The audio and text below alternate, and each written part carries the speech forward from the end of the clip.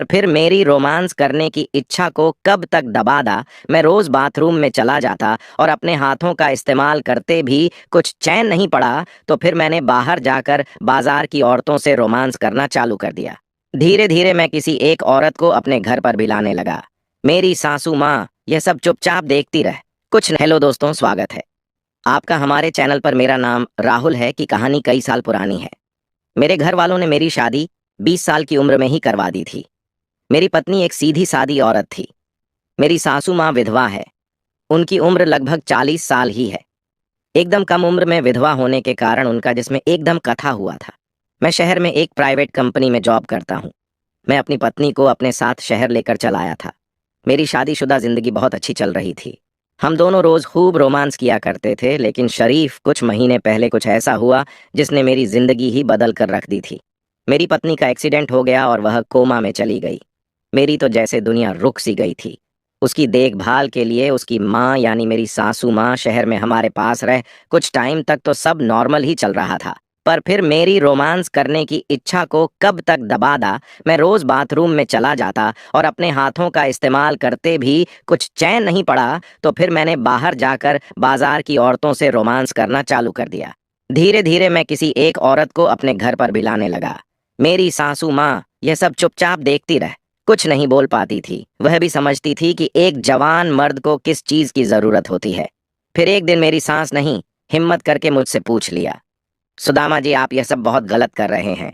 इन बाजारों औरतों को घर लाना और उनके साथ संबंध बनाना आपके लिए घातक है। उनकी बात से मुझे लगा कि अपने आप को मेरे सामने पेश करने की बात कह रही हैं। मैं उनके उपहारों को घूरने लगा, मगर मेरी सासू माँ ने अपने उपहारों को न तो ढकने की कोशिश की और ना ही किसी तरह के दिखाने की कोशिश की। मैंने अपनी सास से कहा, मेरी भी कुछ जरूरत है जिसे अब आपकी बेटी पूरी नहीं कर पा रही है, तो मुझे इन बाजारों औरतों से काम चलाना पड़ रहा है। अगर मुझे यह सब घर में ही मिलने लगेगा तो मैं बाहर क्यों मुंह मारने जाऊंगा। मेरे मुंह से यह सुनकर सासू माँ चुप हो गई और मुझसे नजरें चुराकर अंदर चली गई। उनके जाते समय मेरी नजरें अपनी सासू माँ के ऊपर क्लिक करें और मैं कोई खबर भरी निगाहों से देखने लगा। कुछ दिन तो यूं ही गुजर गए। मेरे घर वाले मुझसे दूसरी शादी करने की हालत में कोई सुधार नहीं हो रहा।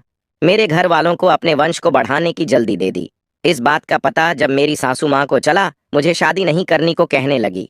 मेरी सास बोली, अगर ने दूसरी शादी कर ली तो मेरी बेटी का क्या होगा। यह कहकर वो रोने लगी। मैं उन्हें चुप करवाया और कहा, सासू माँ, आपको तो अच्छे से पता है कि मैं भी दूसरी शादी नहीं करना चाहता हूँ, पर मैं अपने घर वालों की मर्जी के खिलाफ भी नहीं जा सकता हूँ। फिर मैंने आपको पहले भी कहा था कि मेरी भी कुछ जिस्मानी जरूरत है, जैसे कोई औरत ही पूरी कर सकती है। आखिर कब तक मैं बाहर बाजारू औरतों के साथ X62 करता फिरूं। आज मैंने अपना मन पक्का बना लिया था कि सासू माँ को सब कुछ खुल बोल दूंगा। अपनी बात कहकर मैंने सासू माँ के कंधे पर अपना हाथ रख उनके कंधे को सहला दिया। वह मेरे हाथ की हरकत को महसूस करने लगी थी और उनके चेहरे पर वासना की लकीरें खींचने लगी।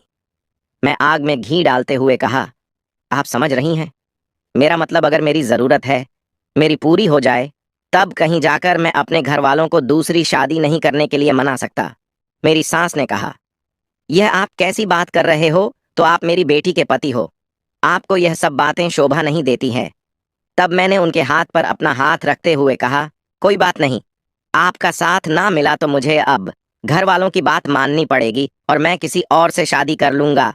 मैंने वासना से उनकी आंखों में जाते हुए हैं। आज आप सोच लो, नहीं तो मुझे कल पैसा ले आपके जवाब का इंतजार रहेगा। रात को जब हम दोनों खाना खाने लगे तो मैंने कहा, मेरे घर वालों ने कुछ लड़कियों की तस्वीरें भेजिए, जरा देखकर बताइए कि कौन सी ठीक रहेगी। वैसे मुझे तो सभी लड़कियां पसंद आ रही हैं। मेरी सांस में कुछ देर सोचकर कहा, दामाद जी, आज रात आपके कमरे में या मेरे कमरे में मैं समझ गया कि सासू माँ किस बारे में बात कर रही है। मैंने कहा, जहां आप चाहे।